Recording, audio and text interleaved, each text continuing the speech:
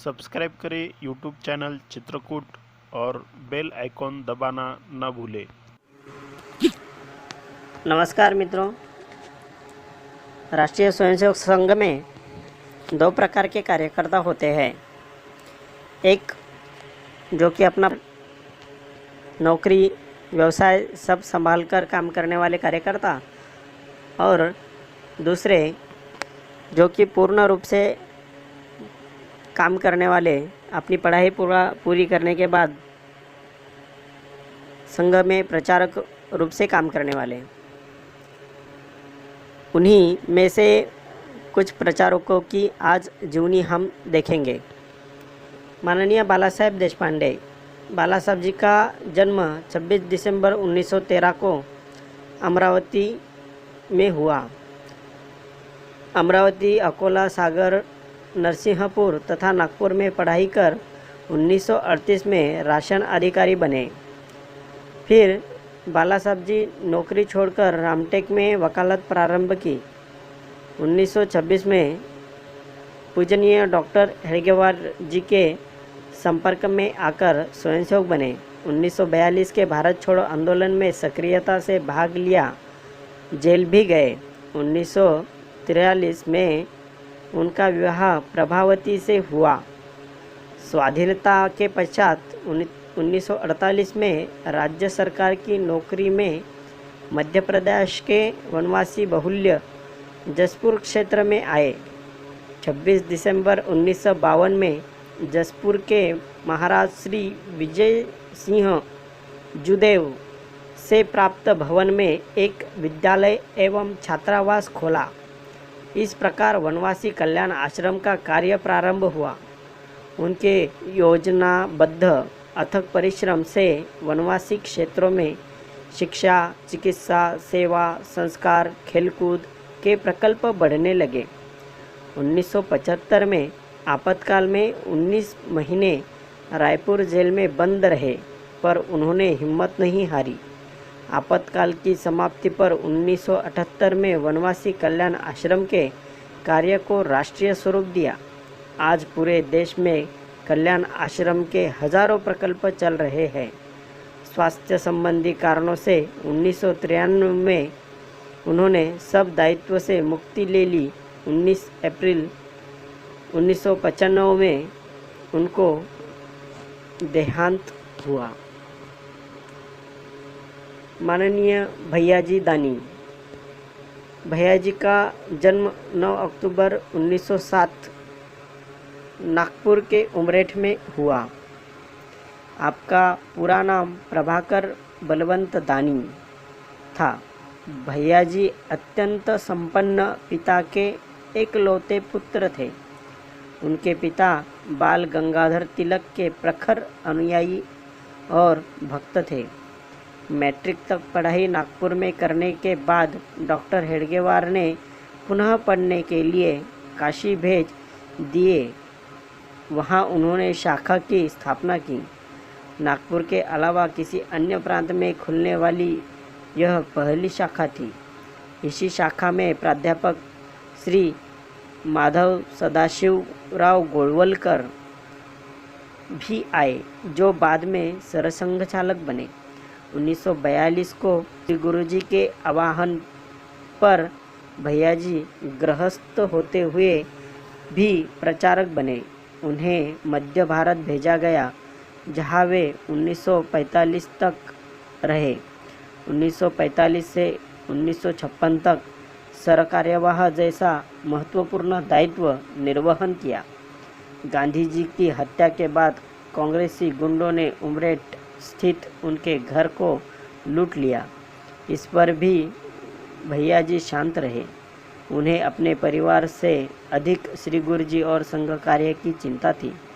1965 में इंदौर के संघ शिक्षा वर्ग में उनका स्वास्थ्य बहुत बिगड़ गया और 2 मई 1965 को कार्यक्षेत्र में ही उनका देहांत हो गया। माननीय भास्करराव कलंबी जी।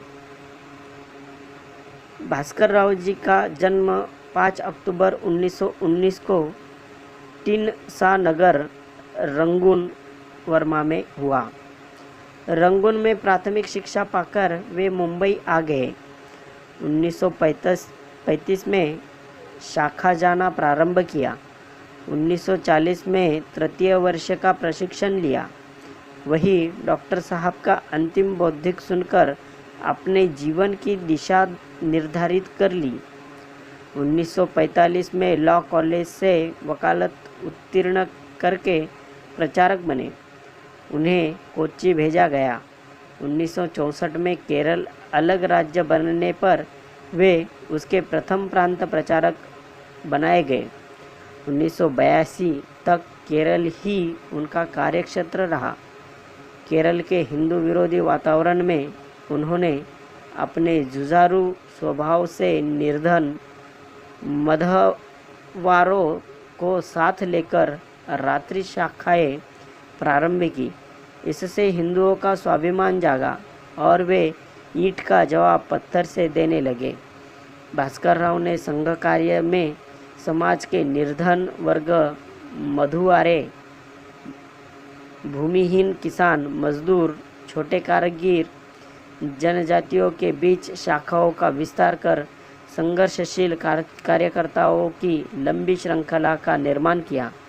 1984 में वनवासी कल्याण आश्रम के संगठन मंत्री का कार्य दिया गया।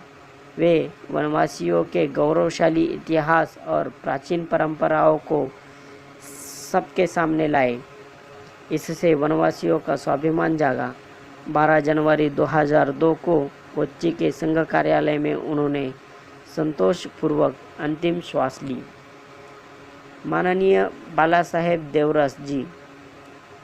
बाला साहब जी का जन्म 11 दिसंबर 1915 को नागपुर में हुआ। माननीय बाला साहेब देवरस का पूर्ण नाम श्री मधुकर दत्तात्रेय देवरस था।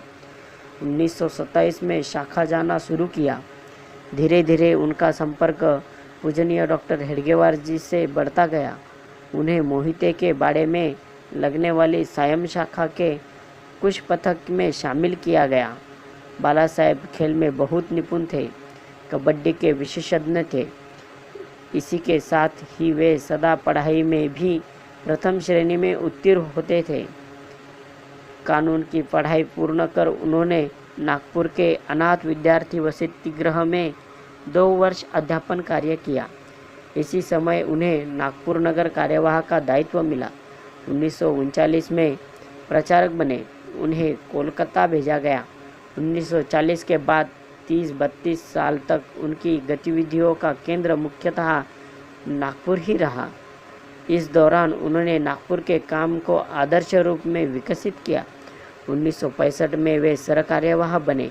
1973 में श्री गुरुजी के निधन के पश्चात वे सरसंघ चालक बने।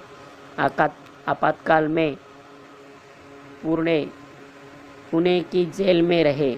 उन्होंने संघ कार्य में अनेक आयाम जोड़े। उनमें सबसे महत्वपूर्ण निर्धन बस्तियों में चलने वाले सेवा के कार्य हैं। इससे वहां चल रही धर्मांतरण की प्रक्रिया पर रोक लगी।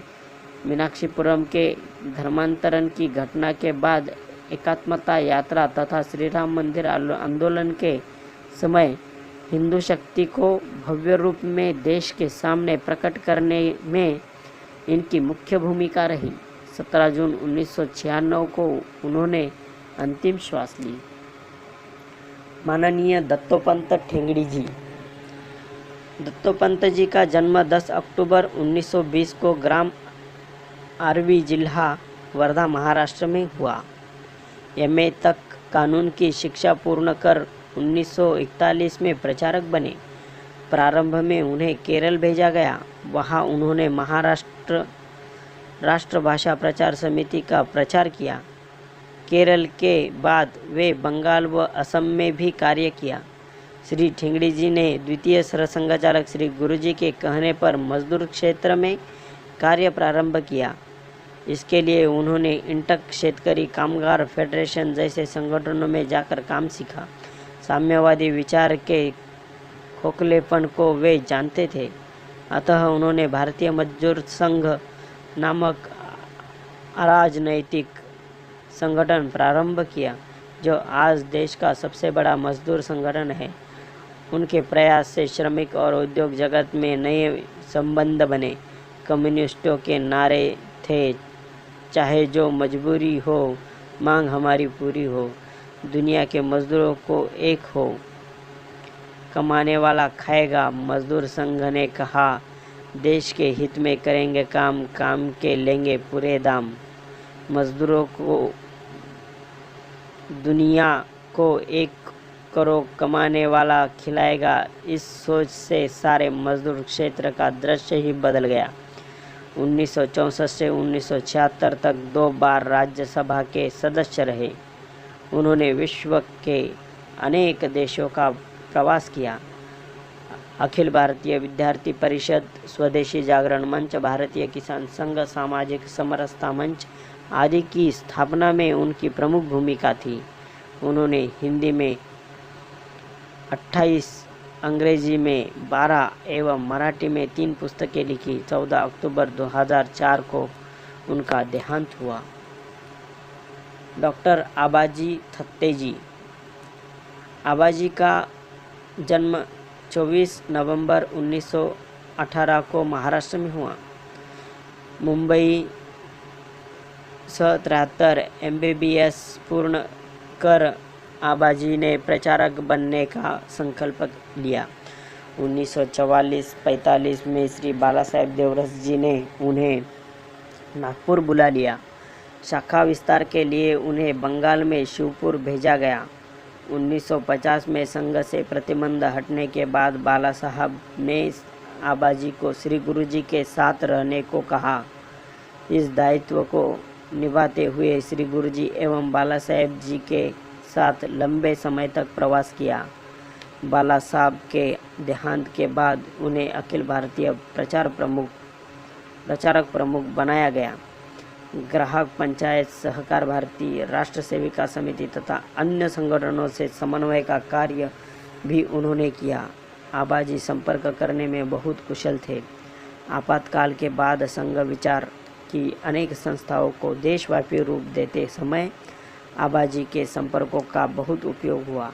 श्री गुरुजी के साथ आबाजी सभी जगह जाते थे, अतः वे दोनों इतने एकरूप हो गए थे कि यदि किसी समारोह में यदि श्री गुरुजी नहीं पहुंच सके और आबाजी पहुंच गए तो श्री गुरुजी की उपस्थिति मान ली जाती थी। आबाजी का व्यक्तित्व आत्मविलोपी था। 17 नवंबर 1995 को उनका निधन हुआ। श्री लक्ष्मणराव इनामदार जी। लक्ष्मणराव जी का जन्म 21 सितंबर 1917 को महाराष्ट्र के सातारा जिले के खटाव ग्राम में हुआ। वर्ष 1939 में LLB की पढ़ाई करते समय निज़ाम हैदराबाद के विरुद्ध हिंदुओं द्वारा चलाए जा रहे आंदोलन में शिक्षा अधूरी छोड़कर भाग लिया।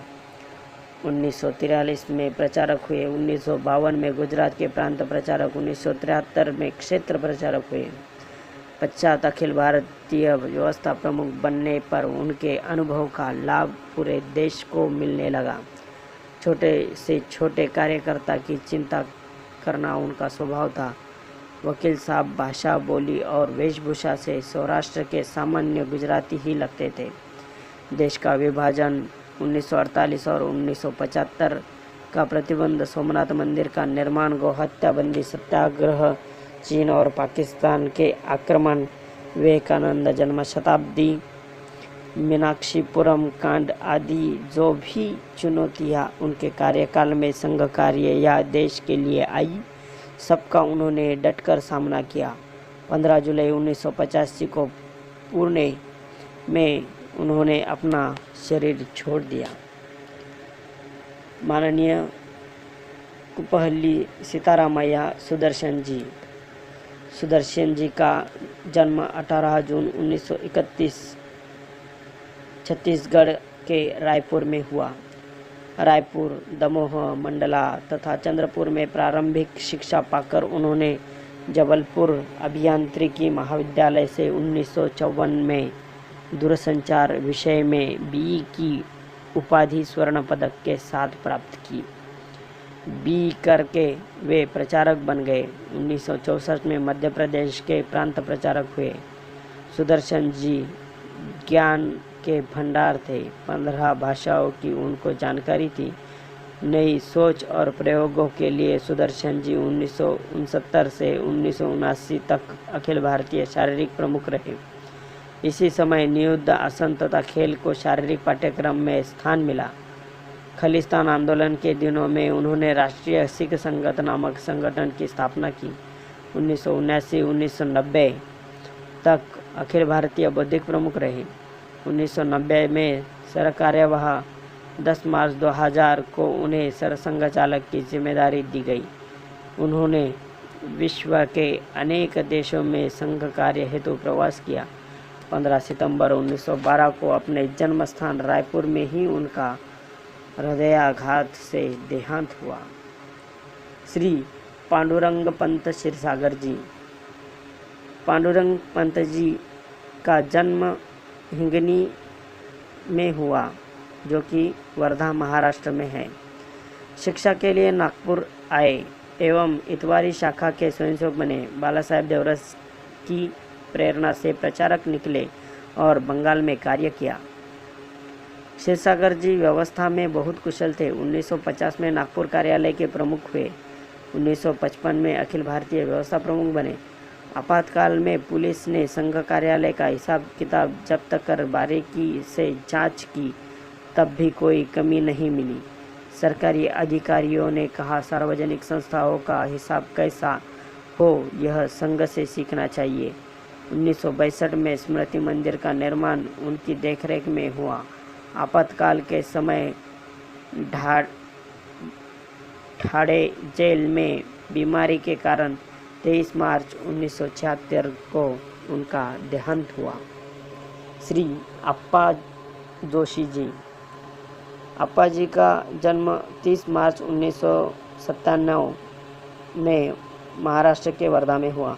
एक बार डॉक्टर हेडगेवार जी ने कार्यकर्ता बैठक में कहा कि क्या केवल संघ कार्य किसी के जीवन का ध्येय नहीं बन सकता। यह सुनकर श्री हरिकृष्ण जोशी ने उन 56 संस्थाओं से त्यागपत्र दे दिया जिनसे वे संबंधित थे। यही बाद में अप्पा जी ने नाम से प्रसिद्ध हुए। 1905 में वंग भंग आंदोलन से प्रभावित होकर वे स्वाधीनता आंदोलन में कूद गए। 14 वर्ष की अवस्था में उनका विवाह हो गया। अप्पा जी ने 18 फरवरी 1926 को वर्धा में शाखा प्रारंभ की। यह नागपुर के बाहर संघ की पहली शाखा थी। डॉक्टर हेडगेवार जी ने उन्हें वर्धा जिला संघ चालक का दायित्व दिया। 1934 में गांधी जी को वर्धा के संघ शिविर में अप्पा जी ही लाए थे। 1946 में वे सरकार्यवाह बने। 21 दिसंबर 1979 को अप्पा जी का देहांत हो गया। श्री दादाराव परमार्थ जी। दादाराव जी का जन्म 1904 में महाराष्ट्र के नागपुर के इतवारी मोहल्ला में हुआ। राष्ट्रीय स्वयंसेवक संघ के प्रारंभ में डॉक्टर हेडगेवार जी के साथ कार्य करने वाले में दादाराव प्रमुख थे। जिस समय ये मैट्रिक में पढ़ते थे, इनका संपर्क क्रांतिकारियों से हुआ। साइमन कमीशन के विरुद्ध आंदोलन में इन्होंने भाग लिया। दादाराव का संबंध भगत सिंह तथा राजगुरु से भी था। 1930 में डॉक्टर हेडगेवार के साथ जंगल सत्याग्रह में भाग लिया। दादाराव बहुत उग्र स्वभाव के थे। दांत बाहर निकले होने के कारण उनकी सूरत भी कुछ अच्छी नहीं थी, पर उनके भाषण बहुत प्रभावी होते थे। उनकी अंग्रेजी बहुत अच्छी थी। भाषण देते समय वे थोड़ी देर में ही उत्तेजित हो जाते थे और अंग्रेजी बोलने लगते थे। दादाराव अनुशासन के लिए बहुत कठोर थे। 27 जून 1963 को दिल्ली कार्यालय में उनका निधन हुआ। श्री दादा साहेब आप्टे जी। दादा साहेब जी का जन्म 2 फरवरी 1905 में गुजरात के बड़ोदरा में हुआ। स्वतंत्र भारत में जिन महापुरुषों ने हिंदी और भारतीय भाषाओं के उत्थान में महत्वपूर्ण भूमिका निभाई, उनमें राष्ट्रीय स्वयंसेवक संघ के वरिष्ठ प्रचारक श्री शिवराम शंकर उर्फ दादा साहेब आप्टे का नाम महत्वपूर्ण है। आपने वेदांत और धर्म में विशेष योग्यता के साथ स्नातक होकर कानून की शिक्षा ली और मुंबई उच्च न्यायालय में वकालत की। आप 1944 में स्वयंसेवक बने। देश स्वतंत्र होने के बाद अंग्रेजी समाचार पत्र जब सत्ताधारी कांग्रेस की चमचागिरी करने लगे, ऐसे में दादा साहब ने हिंदी तथा अन्य भारतीय भाषाओं में समाचार संकलन व वितरण करने वाली हिंदुस्तान समाचार नामक संस्था का निर्माण किया। दादा साहब ने 1954 में हिंदी का टेलीप्रिंटर विकसित किया, जिसमें हिंदी पत्रकारिता जगत में क्रांति का आएगी। 10 अक्टूबर 1985 को पुणे के कौशिक आश्रम में उनका देहावसान हुआ। श्री भाऊ साहेब भुस्कुटे जी। भाऊ साहेब जी का जन्म 14 जून 1915 को मध्य प्रदेश के बुरहानपुर में हुआ। इनका नाम श्री गोविंद कृष्ण भुस्कुटे था। बाद में श्री भाऊ साहेब भुस्कुटे के नाम से प्रसिद्ध हुए। इनके पूर्वज पेशवा की सेना में थे, जहां में उन्हें बुरहानपुर टिमरनी क्षेत्र की जागीर प्राप्त हुई थी। इनके परिवार को पूरे क्षेत्र में बड़े आदर से देखा गया था।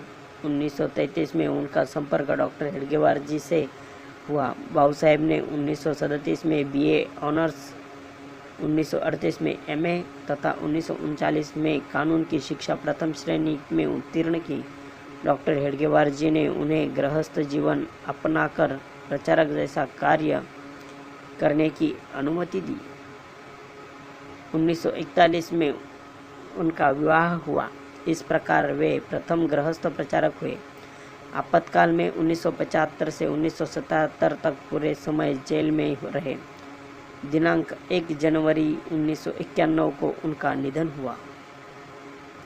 श्री लक्ष्मण श्री कृष्ण भिड़े जी। लक्ष्मण जी का जन्म 1918 को महाराष्ट्र के अकोला में हुआ था।